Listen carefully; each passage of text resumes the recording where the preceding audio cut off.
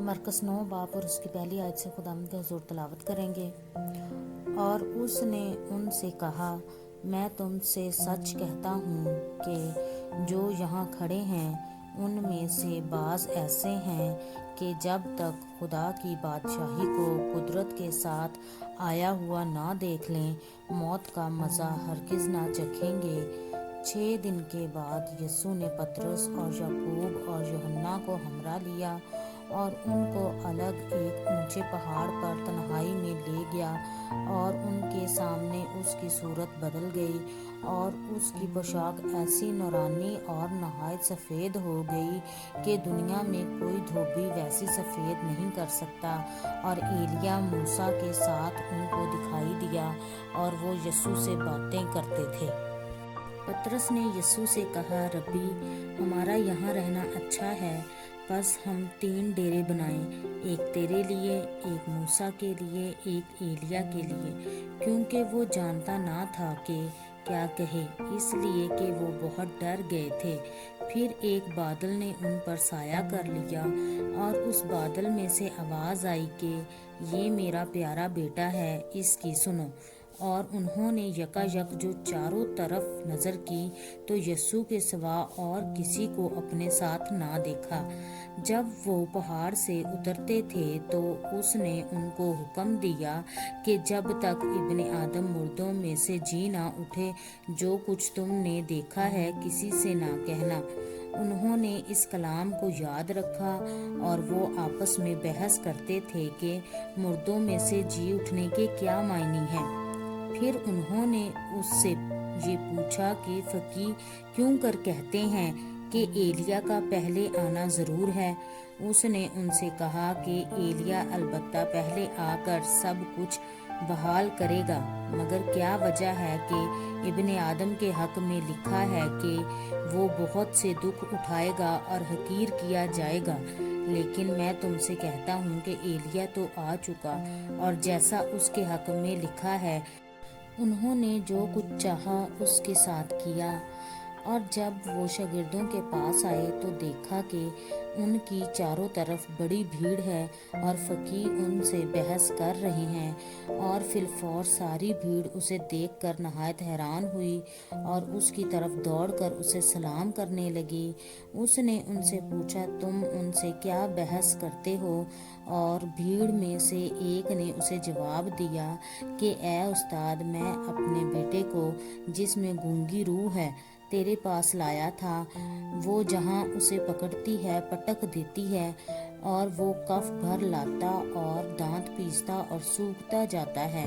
और मैंने तेरे शागिर्दों से कहा था कि वो उसे निकाल दें, मगर वो ना निकाल सके। उसने जवाब में उनसे कहा, ए बेएतकाद कौम, मैं कब तक तुम्हारे साथ रहूँगा?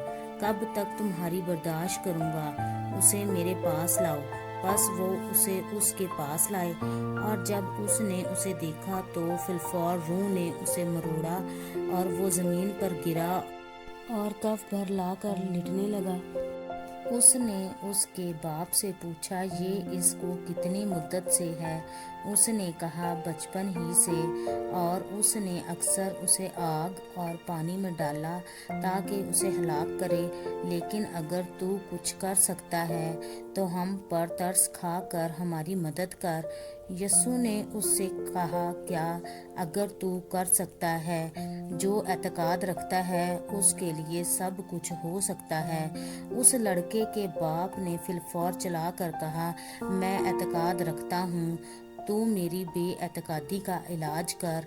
जब यीशु ने देखा कि लोग दौड़ दौड़ कर जमा हो रहे हैं तो उस नापाक रूह को झिड़क कर उससे कहा, ए गूंगी बहरी रूह, मैं तुझे हुक्म देता हूँ, इसमें से निकल आ और इसमें फिर कभी दाखिल ना हो। वो चला कर और उसे बहुत मरोड़ कर निकल आई और वो मुर्दा सा हो गया, ऐसा कि अक्सरों ने कहा कि वो मर गया। मगर यीशु ने उसका हाथ पकड़कर उसे उठाया और वो उठ खड़ा हुआ। जब वो घर में आया तो उसके शागिर्दों ने तन्हाई में उससे पूछा कि हम उसे क्यों ना निकाल सके। उसने उनसे कहा कि ये किस्म दवा के सिवा किसी और तरह नहीं निकल सकती। پھر وہاں سے روانہ ہوئے اور گلیل سے ہو کر گزرے، اور وہ نہ چاہتا تھا کہ کوئی جانے، اس لیے کہ وہ اپنے شاگردوں کو تعلیم دیتا اور ان سے کہتا تھا کہ ابن آدم آدمیوں کے حوالہ کیا جائے گا اور وہ اسے قتل کریں گے، اور وہ قتل ہونے کے 3 دن بعد جی اٹھے گا۔ لیکن وہ اس بات کو سمجھتے نہ تھے اور اس سے پوچھتے ہوئے ڈرتے تھے۔ پھر وہ کفرنہوم میں آئے، اور جب وہ گھر میں تھا تو اس نے ان سے پوچھا کہ تم راہ میں کیا بحث کرتے تھے؟ وہ چپ رہے، کیونکہ انہوں نے راہ میں ایک دوسرے سے یہ بحث کی تھی کہ بڑا کون ہے۔ پھر اس نے بیٹھ کر ان 12 کو بلایا اور ان سے کہا کہ اگر کوئی اول ہونا چاہے تو وہ سب میں پچھلا اور سب کا خادم بنے، اور ایک بچے کو لے کر ان کے بیچ میں کھڑا کیا۔ پھر اسے گود میں لے کر ان سے کہا، جو کوئی میرے نام پر ایسے بچوں میں سے ایک کو قبول کرتا ہے وہ مجھے قبول کرتا ہے، اور جو کوئی مجھے قبول کرتا ہے وہ مجھے نہیں بلکہ اسے جس نے مجھے بھیجا ہے قبول کرتا ہے۔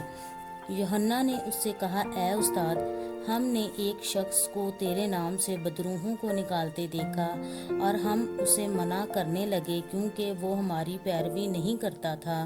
لیکن یسوع نے کہا، اسے منع نہ کر، کیونکہ ایسا کوئی نہیں جو میرے نام سے معجزہ دکھائے اور مجھے جلد برا کہہ سکے، کیونکہ جو ہمارے خلاف نہیں وہ ہماری طرف ہے۔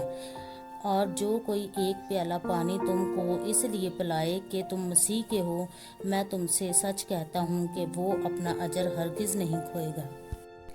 اور جو کوئی ان چھوٹوں میں سے جو مجھ پر ایمان لائے ہیں کسی کو ٹھوکر کھلائے، اس کے لیے یہ بہتر ہے کہ ایک بڑی چکی کا پاٹ اس کے گلے میں لٹکایا جائے اور وہ سمندر میں پھینک دیا جائے۔ اور اگر تیرا ہاتھ تجھے ٹھوکر کھلائے تو اسے کاٹ ڈال۔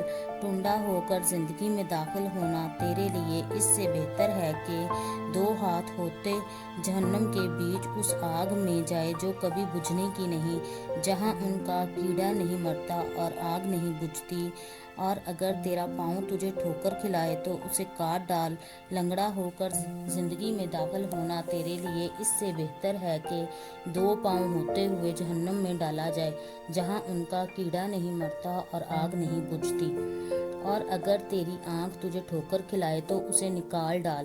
کانا ہو کر خدا کی بادشاہی میں داخل ہونا تیرے لیے اس سے بہتر ہے کہ 2 آنکھیں ہوتے جہنم میں ڈالا جائے، جہاں ان کا کیڑا نہیں مرتا اور آگ نہیں بجھتی، کیونکہ ہر شخص آگ سے نمکین کیا جائے گا اور ہر ایک قربانی نمک سے نمکین کی جائے گی۔